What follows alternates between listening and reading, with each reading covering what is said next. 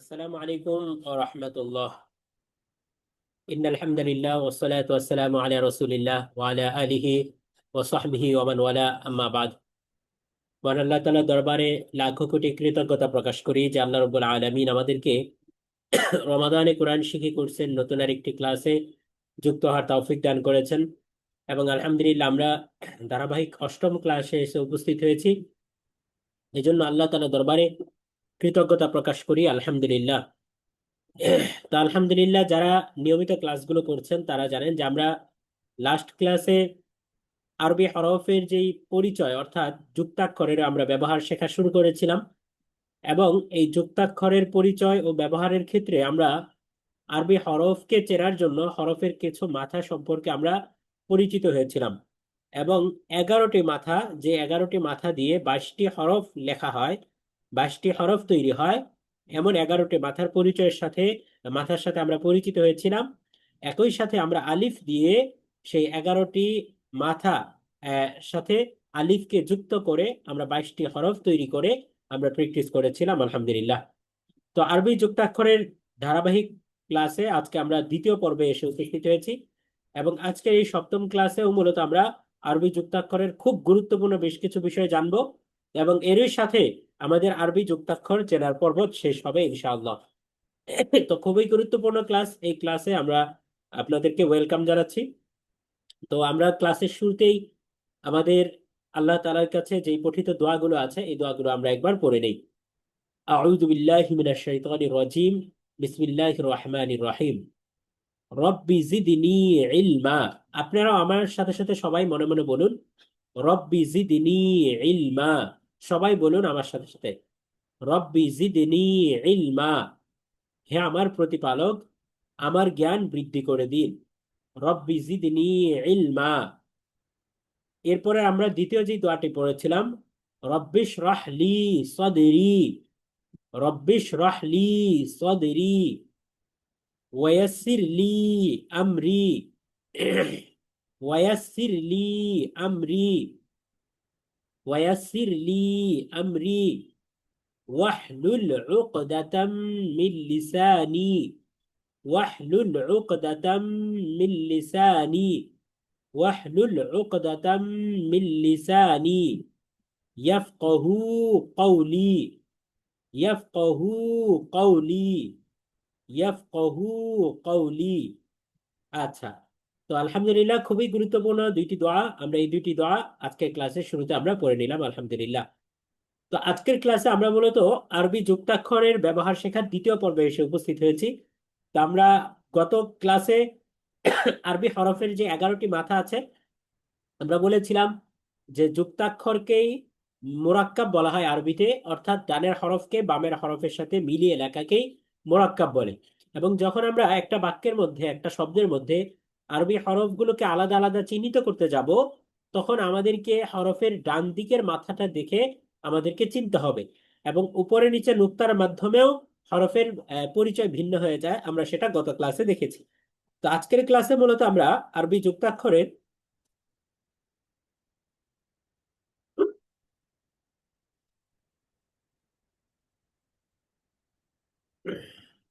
আজকের ক্লাসে মূলত আমরা আরবি যুক্তাক্ষরের দ্বিতীয় পর্বে এসে উপস্থিত হয়েছি, আলহামদুলিল্লাহ।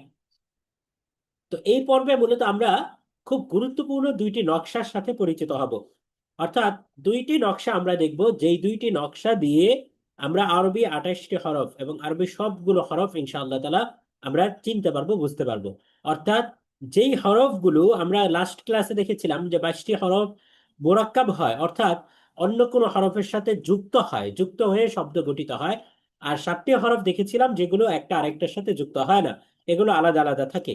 তো আমরা মূলত আজকে আরেকটা নকশা দেখব, এই নকশার মাধ্যমে বিগত ক্লাসের পড়াটাকে আরো ক্লিয়ার হয়ে যাবে ইনশাআল্লাহ। এবং এর মাধ্যমে আমরা আরবির যে কোনো শব্দের মধ্যে এটা কোন হরফ, এই হরফগুলোকে আমরা চিনতে পারবো। এবং একই সাথে যেহেতু আজকে আমাদের যুক্তাক্ষর এর পরিচয় আমাদের শেষ হবে, এরপরে মূলত আমরা আরবি শব্দ এবং কোরআনের আয়াতকে বানান করে কিভাবে পড়তে হয় এর নিয়মের দিকে আমরা চলে যাব ইনশাআল্লাহ তাআলা। সুতরাং খুব গুরুত্বপূর্ণ ক্লাস, আপনারা যারা ক্লাসে উপস্থিত আছেন তারা শেষ পর্যন্ত মনোযোগ দিয়ে দেখবেন, তাহলে আশা করি উপকৃত হবেন ইনশাআল্লাহ।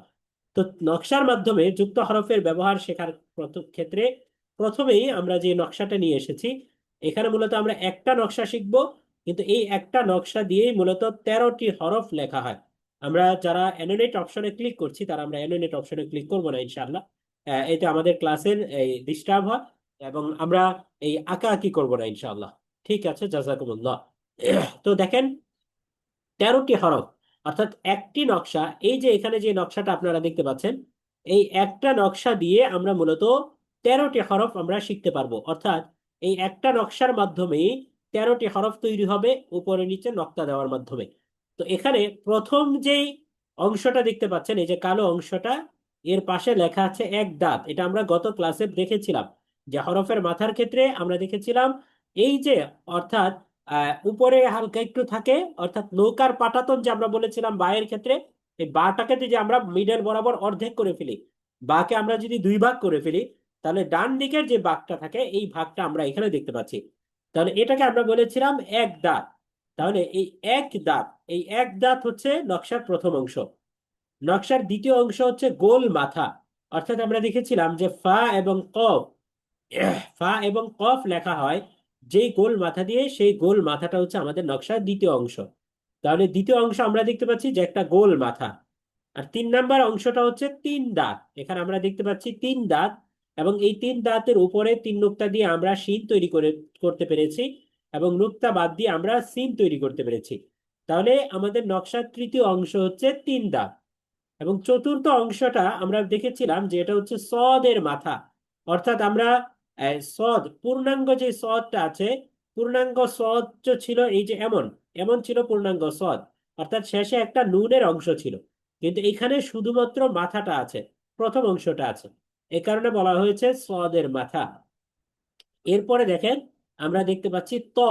তাহলে নকশার শেষ অংশ হচ্ছে ত।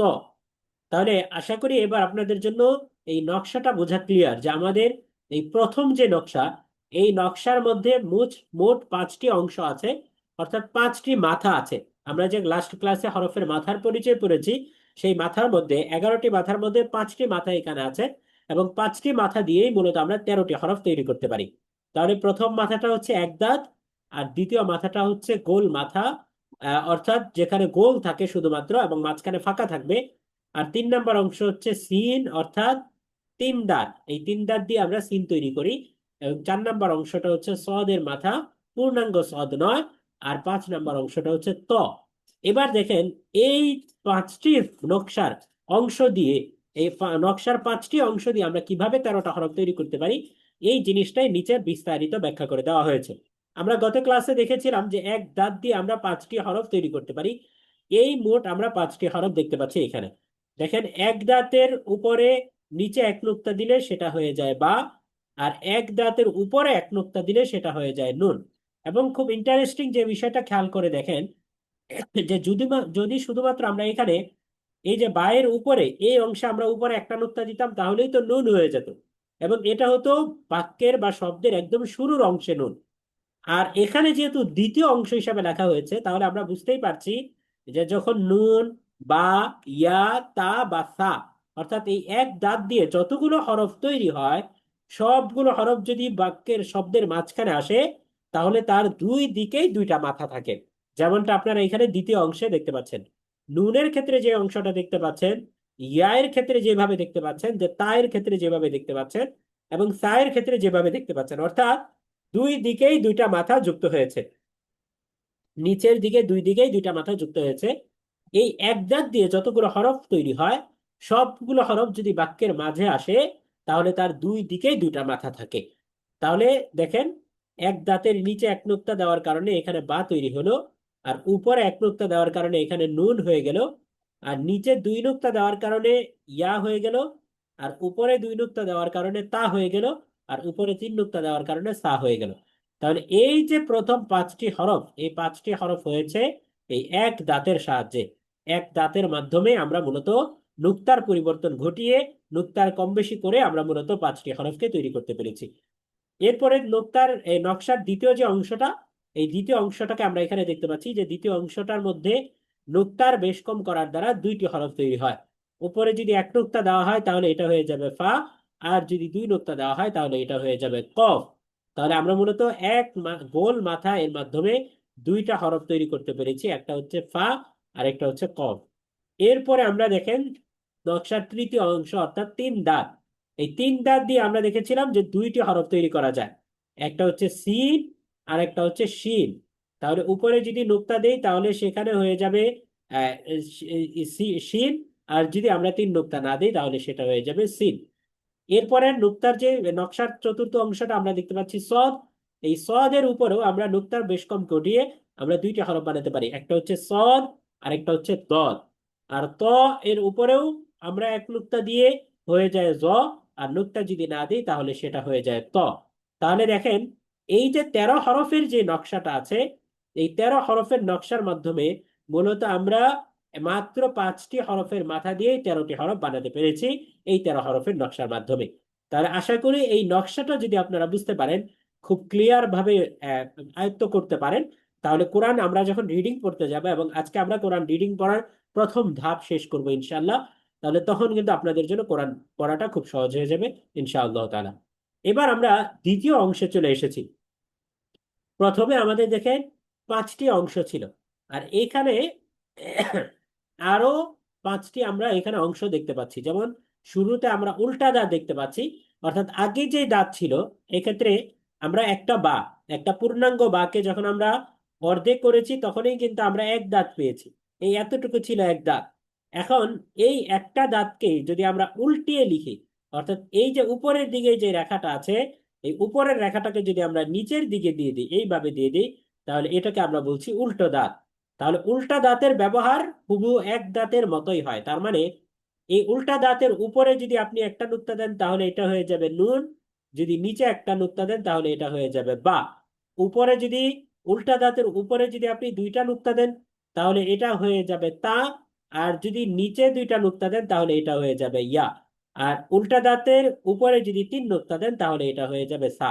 তাহলে ওই আমরা এক দাঁত যে পড়েছিলাম, এক দাঁতের যতগুলো ব্যবহার যেইভাবে দেখেছি, এই উল্টে দাঁতের ব্যবহারও সেম একই রকম হয়, কোনো রূপ পার্থক্য নেই এখানে।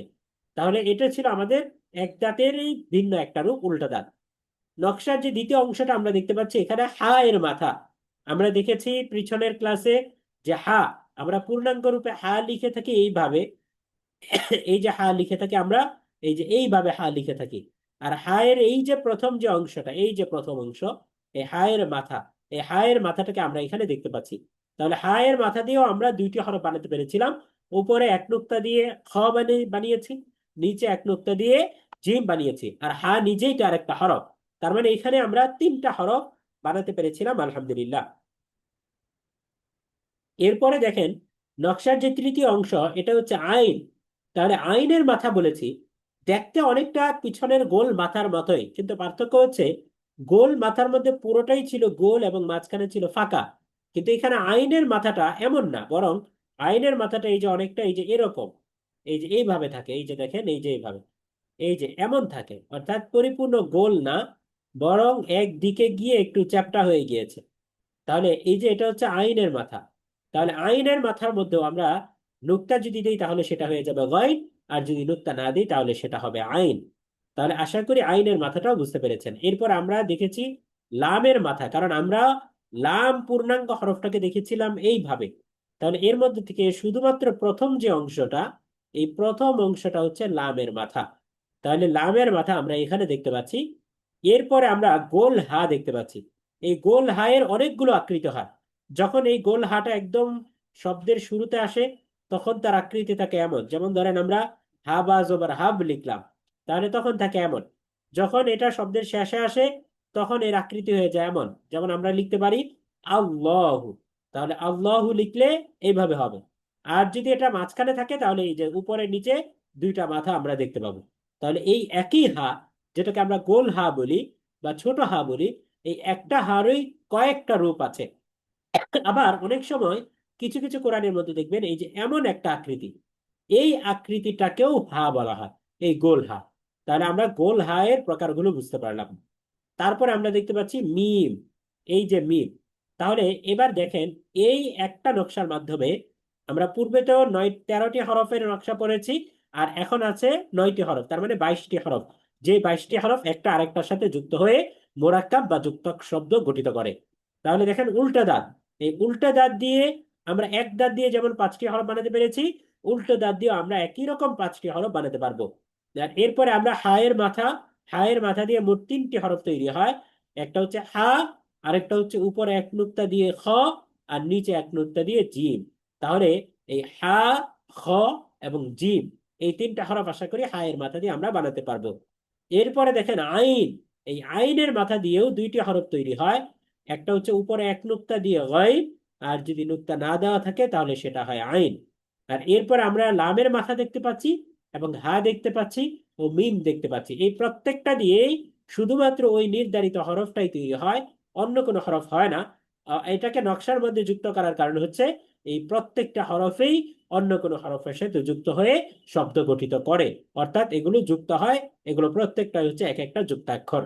তাহলে আশা করি এই যে 9টা হরফের নকশা এবং 13টা হরফের নকশা, এই 2টা নকশার মাধ্যমে আমরা মূলত এই আরবি 22টি হরফ, এই 22টি হরফকে খুব ভালোভাবে চিনতে পারলাম, বুঝতে পারলাম। তাহলে আমরা একটু পরেই যখন প্র্যাকটিসে যাব, আপনাদেরকে অনুশীলন করতে বলবো, তখন এই নকশাটা যদি বুঝতে পারেন তাহলে আমাদের জন্য অনুশীলন করাটা খুব বেশি ইজি হয়ে যাবে ইনশাআল্লাহ। তাহলে এবার আমরা 2টা নকশাকে আমরা একসাথে দেখতে পাচ্ছি, যে দেখেন 2টা নকশায় মোট 22টি হরফ আমরা শিখতে পেরেছি। তো প্রথম আমরা দেখতে পাচ্ছি 13 হরফের নকশা, যেই নকশাটা দিয়ে আমরা 13টা হরফ বানাতে পেরেছি। এবং দ্বিতীয় অংশে আমরা দেখতে পাচ্ছি 9টি হরফের নকশা। এবং এই যে 2টি নকশার মাধ্যমে টোটাল যে 22টি হরফ লেখা যায়, যে 22টি হরফ একটা আরেকটার সাথে যুক্ত হয়ে শব্দ গঠিত হয় এবং যুক্ত শব্দ গঠিত হয়, এই 22টি হরফকে আমরা এখানে দেখতে পাচ্ছি।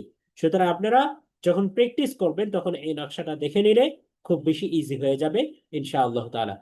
এবার আমরা যুক্তাক্ষরকে যখন আমরা 2টি নকশার মাধ্যমে চিনতে পারলাম, এবার চলেন আমরা আরবি শব্দ দেখে, কোরআনের আয়াতের শব্দাংশ দেখে আমরা চিনতে চেষ্টা করি যে কোনটা কোন হরফ। তো আমি 1-2 জনকে বলবো যে মাইকটাকে আনমিউট করতে, এবং আমি আপনাদের থেকে বোঝার চেষ্টা করব যে আপনারা যুক্তাক্ষরকে চিনতে পারছেন কিনা বা ধরতে পারছেন কিনা। তাহলে দেখেন আমরা এখানে বেশ কিছু শব্দ দেখতে পাচ্ছি, আমরা ধাপে ধাপে 2টা অংশে আমরা বেশ কিছু শব্দ দেখতে পাবো। আপনাদের কাজ হচ্ছে যে এই যে শব্দের যে নকশাটা আমরা দেখলাম, এই নকশার আকারে আপনারা শব্দের অক্ষরগুলোকে চিহ্নিত করবেন ইনশাল্লাহ। তো সবার আগে কে শোনাতে চাচ্ছেন? 1-2 জন একটু মিউট করবেন, আনমিউট করবেন মাইকটাকে। আমি 1-2 জন থেকে একটু শুনতে চাই, কে শোনাতে চাচ্ছেন? মাইকটাকে আনমিউট করবেন। আপনারা কি কেউ শোনাতে চাচ্ছেন যুক্তাক্ষরের অনুশীলন? শুধু হরফের নামগুলো বললেই হবে, এখানে প্রত্যেকটা ঘরের মধ্যে কোন কোন হরফ রয়েছে এটা আমরা যে নকশা দেখেছি এই নকশা দেখে এই হরফের নামগুলো বললেই হবে ইনশাল্লাহ। জি, সামিউল সাহেব, মাশাল্লাহ, জি সামিউল সাহেব জি জি। জি প্রথমটা হলো বা, নুন, নুন। আচ্ছা, বা, নুন এবং নুন, মাশাআল্লাহ। নুন। দ্বিতীয় নকশার মধ্যে কোন কোন হরফ আছে? তা, ইয়া, নুন। তা, ইয়া, নুন, মাশাআল্লাহ। এই নকশার মধ্যে কোন কোন হরফ আছে? হা, জিম, হা। হা, হা, জিম, হা, মাশাআল্লাহ। এই নকশার মধ্যে কোন কোন হরফ আছে? লাম, আইন, আহ, কাফ। না, একটু খেয়াল করে দেখেন, এটা কি কোনো হরফ? দেখেন তো। লাম, লাম। জি, এটা লাম। এই লামটা ছিল শব্দের একদম শুরুতে, এ কারণে শুধুমাত্র বাম দিকে তার মাথাটা যুক্ত হয়েছে। হুম। আর আমরা জানি, আমরা পড়েছিলাম এবং বলেছিলাম আপনাদেরকে যে আমরা যে আলিফ দেখি লম্বা, এই যে আলিফ, এই লম্বা একটা আলিফ, এই লম্বা আলিফের মাথাটা যদি শুধুমাত্র ডান দিকে যায় তাহলেই এটাকে আমরা আলিফ বলবো। আর যদি দুই দিকে যায় তখন আর এটাকে আলিফ বলার সুযোগ নেই, তখন এটাকে বলতে হবে লাম। আর যদি শুধুমাত্র বাম দিকে মাথাটা যায় তাহলেও সেটা লাম। তাহলে লাম। শুধুমাত্র আলিফের মাথা থাকে ডান দিকে, আর লামের মাথা শুধু বাম দিকে থাকে, অথবা ডান বাম দুই দিকেই থাকে। তাহলে এখানে যেহেতু আলিফটার নিচ দিয়ে দুই দিকেই মাথা আছে, তাহলে এটাকে আমরা লাম বলবো। আচ্ছা, মাশাআল্লাহ। এরপরে এই নকশাটার মধ্যে কোন কোন হরফ আছে একটু বলেন তো এই নকশার মধ্যে? ইয়া, নুন, কফ, লাম, বা। ইয়া, নুন, কফ, লাম, বা, মাশাআল্লাহ, খুব দারুণ, খুব দারুণ বলেছেন, মাশাআল্লাহ। আচ্ছা ঠিক আছে, জাজাকাল্লাহ খায়রান, আহসানাল জাযা। আচ্ছা, এরপরে আর কেউ শোনাতে চাচ্ছেন? আর কেউ শোনাতে চাইলে মাইকটাকে আনমিউট করতে পারেন, আমরা আরেকজন থেকে শুনতে চাই। আপনাদের কাজ হলো, এই যে আমরা যে নকশাটা দিয়েছি, আমরা এই পিডিএফটা দিয়ে দিব ইনশাল্লাহ। তাহলে এই পিডিএফটা দেখে আপনারা মূলত এটাকে চর্চা করবেন, অর্থাৎ এখানে যতগুলো হরফ আছে, প্রত্যেকটা ঘরের মধ্যে কোন কোন হরফ আছে, এই হরফটাকে দেখে আমরা বোঝার চেষ্টা করব। যেমন দেখেন, আমি জাস্ট একটু বলে দিই। এই যে এখানে দেখতে পাচ্ছেন, এটা হচ্ছে উল্টা দাঁত। আমরা এই যে একটু আগে পড়েছি উল্টা দাঁত, এটা হচ্ছে উল্টা দাঁত। তাহলে উল্টা দাঁতের নিচে দুইটা নুক্তা আছে, তাহলে এটাকে আমরা বলবো ইয়া। তারপরে জিমে হায়ের মাথার নিচে এক নুক্তা আছে, এটাকে আমরা বলবো জিম। আর শেষে আমরা বা দেখতে পাচ্ছি। আর বাটা যখন শেষে থাকে তখন পূর্ণাঙ্গ রূপেই থাকে, শুধুমাত্র পার্থক্য হচ্ছে এই যে বা দেখতে পাচ্ছেন, তারপরে এই যে নুন দেখতে পাচ্ছেন, তারপরে এই যে তা দেখতে পাচ্ছেন, তারপরে হচ্ছে এই সা, এই যে সা দেখতে পাচ্ছেন।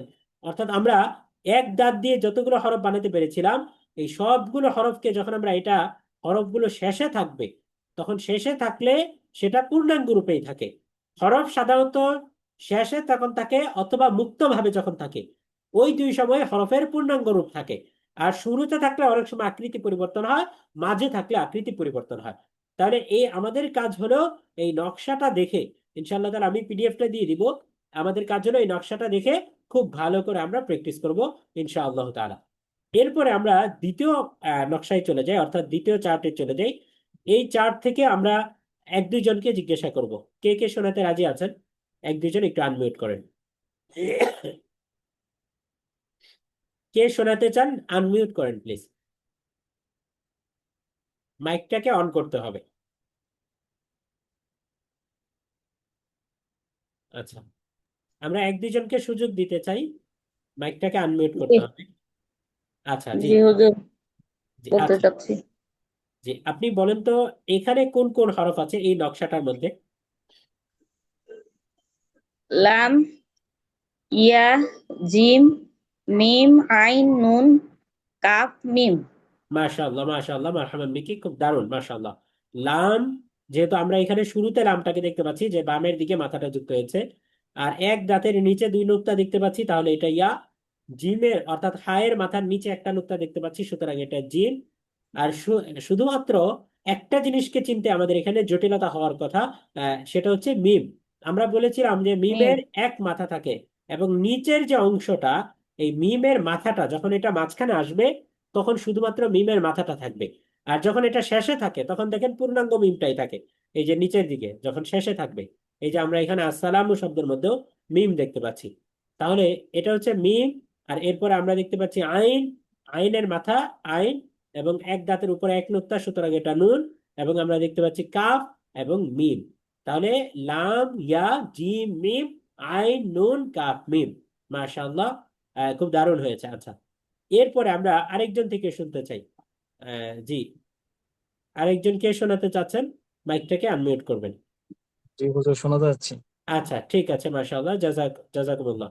আচ্ছা, আমরা এবার যে জিনিসটা দেখব, এই নকশার মধ্যে কোন কোন হরফ আছে একটু বলবেন? তা, তা, আইন, ফা, কফ, কাফ, লাম, মিম, নুন, হা, ইয়া। মাশাআল্লাহ, মাশাআল্লাহ, খুব দারুণ। দেখেন এই যে এখানে ত, ত, আইন, ফা, কফ, এবং এখানে অনেকে মনে করতে পারেন যেটা মনে হয় শুধু কাফ, না, এটা কাফ প্লাস লাম। দেখেন এই যে কাফটা, এই কাফ জাস্ট শুধুমাত্র লামের সাথে যুক্ত হয়েছে, অ্যাটাচ হয়েছে। তাহলে দেখেন এখানে কাফ এবং লাম দুইটাই আছে। এরপরে মিম, নুন, হা, ইয়া। আর শেষে কিন্তু দেখেন শেষে আলিফ আছে, এই যে এটা কিন্তু আলিফ। তাহলে এটা শুধুমাত্র ইয়া বললে হবে না, ইয়া এর পরে কিন্তু এখানে আলিফ আছে। তাহলে এইভাবে আমরা দুইটা নকশার, আমরা শুধুমাত্র দুইটা শব্দ দেখে আপনাদেরকে বোঝানোর চেষ্টা করলাম যে কিভাবে প্র্যাকটিস করতে হবে। যেহেতু আমাদের হাতে খুবই সময় সংক্ষিপ্ত, আমরা আরো অনেকগুলো পড়া পড়বো ইনশাল্লাহ। তাহলে আপনাদের কাজ হলো যে এই যে নকশাটা আছে, এই পিডিএফটা দিয়ে দেওয়া হবে, সবগুলো নকশা দেখে আপনারা প্র্যাকটিস করবেন ইনশাআল্লাহ তাআলা। তাহলে আপনাদের জন্য, আপনাদের যাদের দুর্বলতা আছে বা নকশাগুলো এখনো চিনতে অসুবিধা হচ্ছে, তারা কিন্তু কোরআন পড়ার ক্ষেত্রে হরফগুলো খুব সহজেই চিনে ফেলতে পারবেন এই নকশাটার মাধ্যমে, এই জিনিসগুলো প্র্যাকটিস করলে। এরপরে এখানে আমরা একটা নোট নিয়ে এসেছি, দেখেন। আমরা যখন যুক্তাক্ষরকে পড়তে যাব অনেক সময় আমরা দেখব যে আমরা অনেক সময় কোরআন পড়ার ক্ষেত্রে এমন দেখি যে একটা ওয়াও আছে, এই ওয়াও এর উপরে আবার একটা হামজা দেওয়া আছে, আমরা অনেক সময় এমন দেখি। এখন তখন আমরা কনফিউজড হয়ে যাই যে ওয়াও আছে নিচে, উপরে আছে হামজা, এখন আমরা কোনটাকে পড়বো?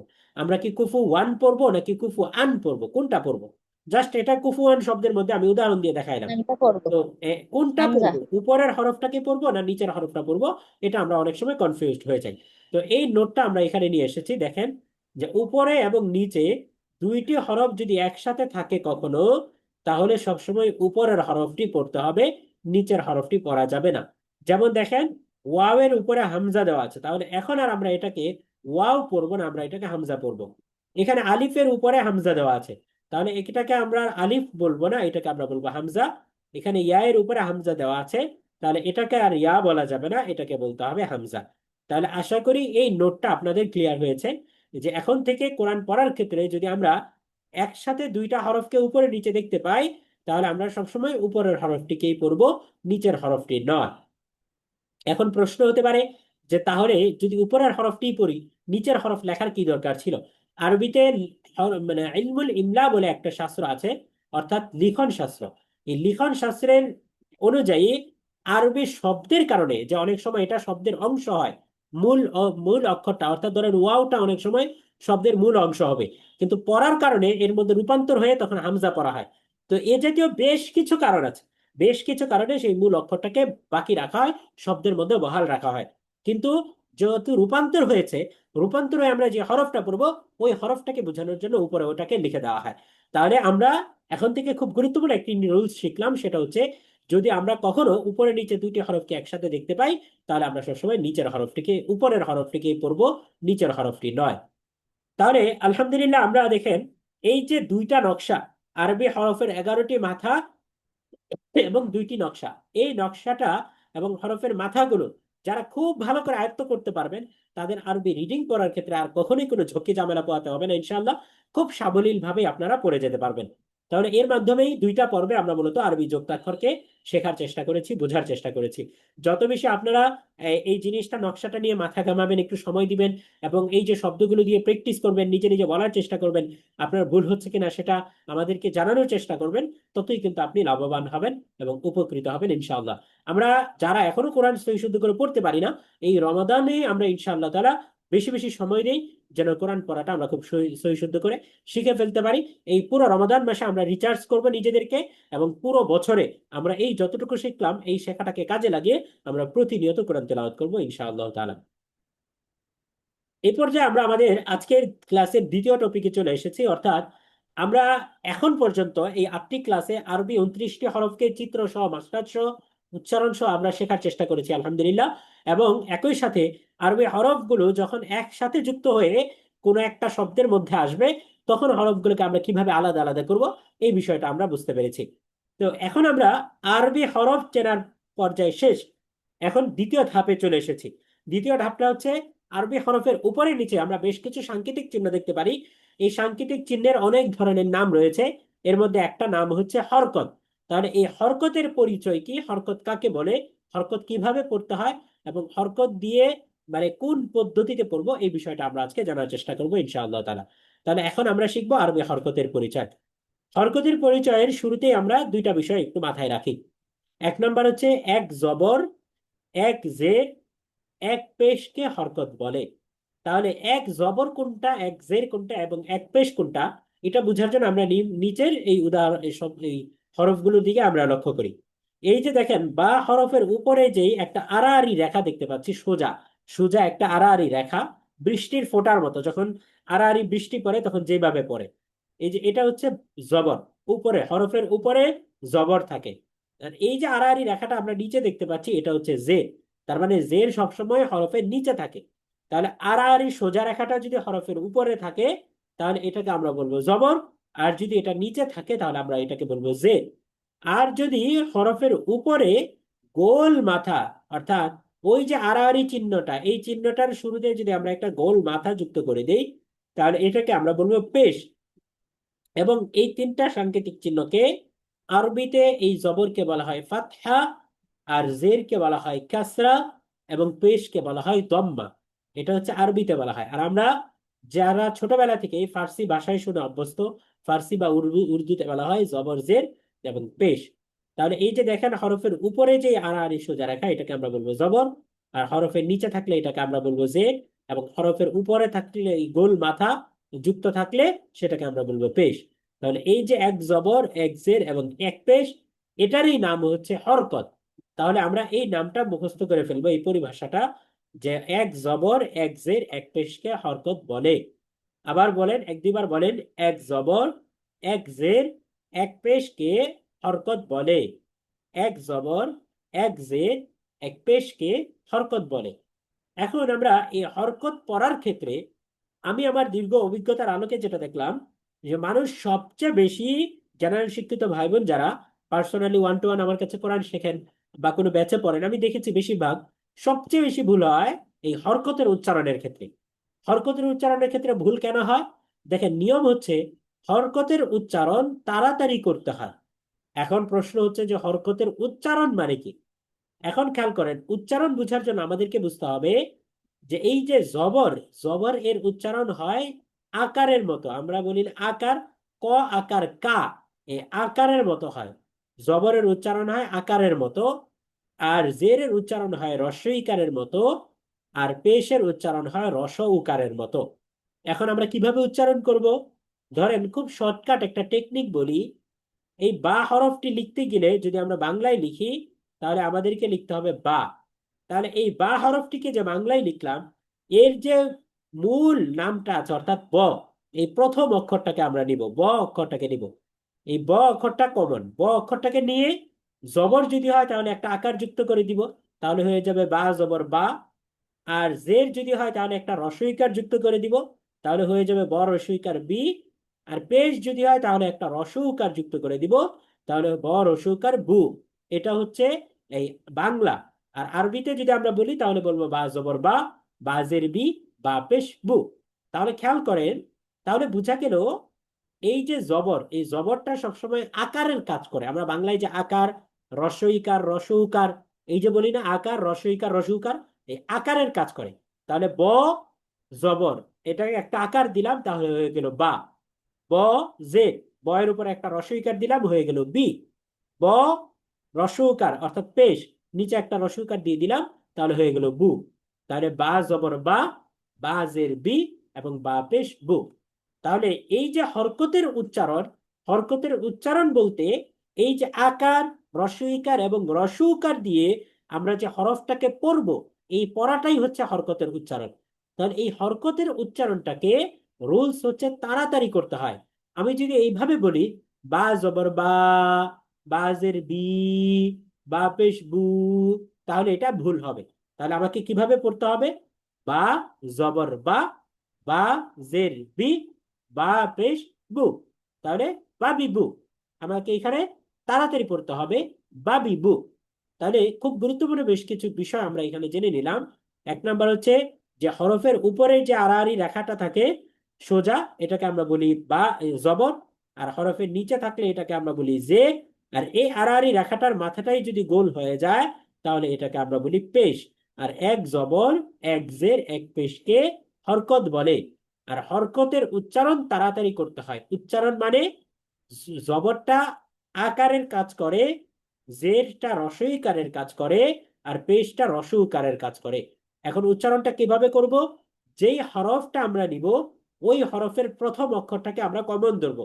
যেমন আমরা এখানে উচ্চারণের জন্য ব নিয়েছি, বা বা, বা নিয়েছি। তাহলে বা লিখতে গিয়ে এই বা, আমরা যদি আলাদা বা বলি তাহলে আমাকে বা এইভাবে লিখতে হয়। এই বা এর মধ্যে শুধুমাত্র আমরা এই হরফটাকে কমন নিব, অক্ষরটাকে কমন নিব। নিয়ে আমরা জবর দিলে আকার যুক্ত করব, বা জবর বা। জের হলে রস্বইকার যুক্ত করব, বা জের বি। আর পেশ হলে রস্বইকার যুক্ত করব, বা পেশ বু। তাহলে আশা করি আমরা বুঝতে পেরেছি, আলহামদুলিল্লাহ। তাহলে এই পর্যায়ে চলেন আমরা এই যে হরফের হরকতের যে উচ্চারণ, এই হরকতের উচ্চারণ করতে গিয়ে মূলত আমরা এই যে হরফটাকে বানান করে পড়া শিখলাম, এই বানান করে কিভাবে পড়তে হয় এই জিনিসটাকে আমরা সামনে ক্লিয়ার করবো ইনশাল্লাহ। তার আগে খুব গুরুত্বপূর্ণ আরেকটা নোটস দিয়ে নেই। সেই নোটসটা হচ্ছে এই যে এখানে আমরা হরফের উপরে থাকলে সেটাকে আমরা জবর বলি, হরফের নিচে আসলে এটাকে আমরা জের বলি, এবং হরফের উপরে আসলে গোল মাথা যুক্ত, এটাকে আমরা পেশ বলি। এখন বা হরফের উপরে জবর দিয়েছি, আমরা বলছি বা। বা হরফের নিচে জের দিয়েছি, আমরা বলছি বি। বা হরফের উপরে পেশ দিয়েছি, আমরা বলছি বু। এখন বা হরফের জায়গায় আমরা যদি আলিফ দেই, তাহলে আমরা তখন কি এটাকে আলিফেই বলবো? এটা হচ্ছে প্রশ্ন। তাহলে আমরা জেনেছি বা আমরা জানবো যে আলিফের উপরে যদি জবর জের পেশ অথবা জজম থাকে, তাহলে সেই আলিফকে আর আলিফ বলা যায় না, সেই আলিফকে বলা হয় হামজা। তাহলে খুব গুরুত্বপূর্ণ একটি নোট আমরা জেনে নিই যে আলিফ হরফে জবর জের পেশ ও জজম থাকলে, জজম কাকে বলে আমরা নেক্সট ক্লাসে জানবো ইনশাআল্লাহ তাআলা, এবং জজম পড়ার পদ্ধতিটা আমরা খুব দারুণ ভাবে শিখবো। তাহলে আলিফ হরফে জবর জের পেশ থাকলে সেই আলিফকে হামজা বলে। যেমন আপনারা এখানে জবর যুক্ত একটা আলিফ দেখতে পাচ্ছেন, জের যুক্ত একটা আলিফ দেখতে পাচ্ছেন, পেশ যুক্ত একটা আলিফ দেখতে পাচ্ছেন, এবং জজম যুক্ত একটা আলিফ দেখতে পাচ্ছেন। তাহলে যদিও দেখতে এইগুলো আলিফ, কিন্তু এই সবগুলোর উচ্চারণ হচ্ছে হামজা। তাহলে এইগুলোকে আর তখন আলিফ বলার কোনো সুযোগ নেই। আলিফ হরফে যদি জবর আসে, জের আসে, বা পেশ আসে, অথবা জজম আসে, তখন আমরা সেই আলিফকে বলবো হামজা। তাহলে আশা করি আমরা এই জিনিসটা বুঝতে পেরেছি। এখন আমরা আমাদের পূর্বের নিয়ম অনুযায়ী যদি আমরা বানান করতে যাই, তাহলে আমি আর এখানে আলিফ জবর আ বলা যাবে না, এখানে বলতে হবে হামজা জবর আ। কারণ যখনই আলিফ হরফের উপরে জবর চলে আসলো, যখনই আলিফ হরফের নিচে জের চলে আসলো, যখনই আলিফ হরফের উপরে পেশ চলে আসলো অথবা জজম চলে আসলো, তখন আর তাকে আলিফ বলার কোনো সুযোগ নেই, তখন তার নাম অটোমেটিকলি পরিবর্তন হয়ে যাবে হামজাতে। তাহলে আমরা বলবো হামজা জবর আ, হামজা জের ই, হামজা পেশ উ। তাহলে আমরা এইভাবে আ ই উ, এইভাবে আমরা বলার চেষ্টা করব ইনশাআল্লাহ তাআলা। তাহলে এই জবর জের পেশ অর্থাৎ হরকত, এই হরকতের পরিচয় আশা করি আপনারা বুঝতে পেরেছেন আলহামদুলিল্লাহ। এবার এই যে হরকতের পরিচয় আমরা জানলাম যে এক জবর, এক জের এবং এক পেশকে হরকত বলে, এবং আমরা হরকতের উচ্চারণ জেনেছি, জবরের উচ্চারণ হয় আকারের মতো, জেরের উচ্চারণ হয় রস্বইকারের মতো, এবং পেশের উচ্চারণ হয় রস্বউকারের মতো। আর বানান করে কিভাবে পড়বো? আমরা প্রথমে বা হরফের নামটা নিব বা, তারপরে উপরে জবর জের পেশ যেটা আছে সেই সাংকেতিক চিহ্নের নাম নিব অর্থাৎ জবর। আর এই বা এবং জবর দুইটা মিলে যে উচ্চারণটা বের হয়, ওই উচ্চারণটা আমরা বলবো। তাহলে আমরা বলবো বা জবর বা। তো এই যে বানান করে পড়া, আমরা হরকতের পরিচয় জানলাম এবং এই হরকত সম্পর্কিত গুরুত্বপূর্ণ নোটস জানলাম। এখন আমরা এই হরকতটাকে যে বানান করে পড়বো, অর্থাৎ একটা হরফকে হরকত দিয়ে যে বানান করে পড়বো, আর অনেকগুলো হরফ নানান হরকতের মাধ্যমেই তো একটা শব্দ তৈরি হয়। তাহলে আমরা এই বানান করে পড়াটা শিখলে যে কোনো শব্দকে আমরা বানান করে পড়তে পারবো ইনশাআল্লাহ তাআলা। আর কোরআন রিডিং পড়ার জন্য প্রথম ধাপে আমাদের যেই প্র্যাকটিসের মধ্য দিয়ে যেতে হয়, সেই প্র্যাকটিসটা হচ্ছে বানান করে পড়া। আপনি যদি বানান করে 1 পৃষ্ঠা পড়তে পারেন, তাহলে বানান ছাড়া 10 পৃষ্ঠা পড়ার যোগ্যতা আপনার হয়ে যাবে। তো অনেকেই কোরআন শেখার শুরু করার দিকে বানান করে পড়ার প্রতি গুরুত্ব দেই না, এটা একটা ভুল পদ্ধতি। বানান করে যখন আপনি পড়বেন, তখন এই বানান করে 1 পৃষ্ঠা, 2 পৃষ্ঠা, 3 পৃষ্ঠা পড়ার পরে দেখবেন আর আপনার বানান করে পড়ার প্রয়োজন পড়ছে না। আর যখন আমরা বানান করে পড়ি, তখন আমাদের যতটা গভীর মনোযোগ থাকে শব্দের প্রতি এবং হরফের প্রতি, সাংকেতিক চিহ্নকে চিহ্নিত করার প্রতি, ততটা কিন্তু আমাদের যখন সাবলীল ভাবে পড়তে যাই তখন থাকে না। তাহলে আমরা এখন আগাবো অল্প অল্প করে, একেবারে ফাউন্ডেশন থেকে ক্লিয়ার করে আগাবো, যেন আমাদের জন্য পরবর্তী থেকে হুচট না খেতে হয়। তাহলে বানান করে পড়ার নিয়মটা আমরা এখন দেখবো ইনশাআল্লাহ তাআলা। দেখেন, বানান করে পড়ার জন্য আমাদের নিচের নিয়মে প্রতিটা হরফে আঙ্গুল রাখতে হবে। এই যে নিচে যে চিত্রের মধ্যে একটা নিয়ম দেখতে পাচ্ছেন, বানান করে যখন আমরা পড়তে যাব, তখন পড়ার সময় আমাদের প্রতিটা হরফের উপরে বা যেই অংশটাতে আঙ্গুল রাখার কথা বলা হচ্ছে, সেই অংশে আমরা আঙ্গুলটা রাখবো ইনশাল্লাহ। তাহলে সবার আগে দেখেন, সবার আগে আঙ্গুল কোন জায়গায়? দেখেন, জবরের মধ্যে সবার আগে আঙ্গুলটা রাখতে হবে নিচে।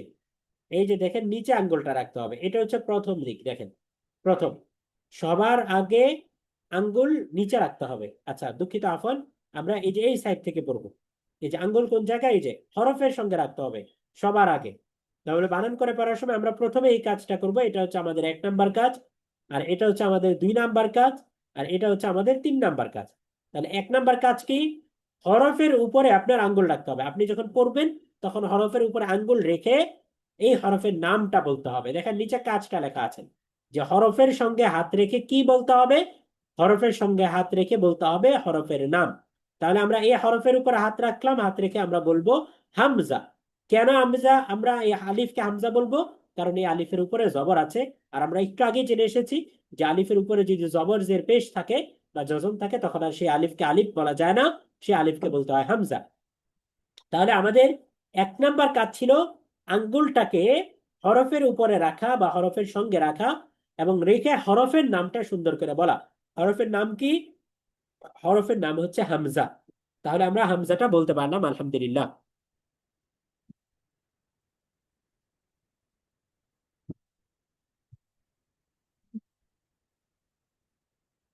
এরপরে দেখেন 2 নাম্বার যে কাজ, 2 নাম্বার কাজ হচ্ছে হরফ পড়া শেষ। এখন আমরা হরফ পড়ে ফেলেছি, হরফের নাম বলে ফেলেছি। এখন হরফের উপরে যে হরকত আছে, এই হরকতের উপরে আমি আমার আঙ্গুলটা রাখবো, হরকতের দিকে রাখবো। তাহলে হরকতের সঙ্গে আঙ্গুল রেখে আমরা হরকতের নামটা বলবো। এই হরকতের নাম কি? এই হরকতের নাম যেহেতু হরফের উপরে আছে, সুতরাং এটাকে আমরা বলবো জবর। তাহলে হরকতের নাম বলতে হবে জবর। আর এরপরে এখন আমার হরফের নামও বলা শেষ, হরফের উপর আঙ্গুল রেখে। হরফের উপরে যে হরকত ছিল, ওই হরকতের উপর আঙ্গুল রেখে হরকতের নামও বলা শেষ। এখন আমি আমার হাতটাকে একেবারে হরফের নিচে নিয়ে আসব। এখন দুইটা মিলিয়ে বলবো।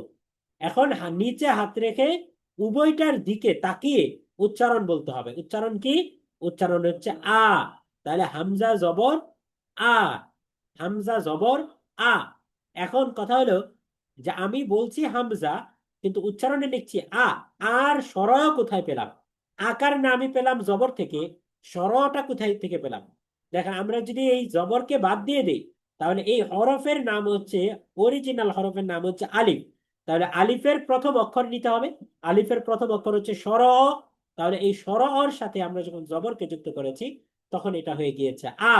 তাহলে বোঝা গেল যে উচ্চারণের যে হরফটা থাকে, উচ্চারণের সময় যতটুকু উচ্চারণ থাকে, এই উচ্চারণ মানে হলো ওই হরফের যে প্রথম অক্ষর, ওই প্রথম অক্ষরের সাথে আমরা বাংলায় আকার অথবা বাংলায় রস্বইকার অথবা বাংলায় যদি রস্বকার যুক্ত করি, তাহলেই আমরা হরফের উচ্চারণ পেয়ে যাব, হরকতের উচ্চারণ আমরা পেয়ে যাব ইনশাআল্লাহ তাআলা।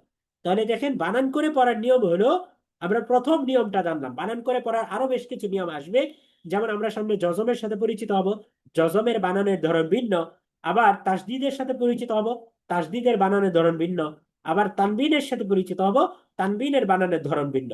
কিন্তু এখানে আমরা আজকে বানানের ধরনের প্রথম স্টেপে ছিল হরকতের বানান, অর্থাৎ হরকত দিয়ে, জবর জের পেশ দিয়ে আমরা কিভাবে একটা হরফকে বানান করে পড়বো, এই জিনিসটা আজকে আমরা শিখলাম।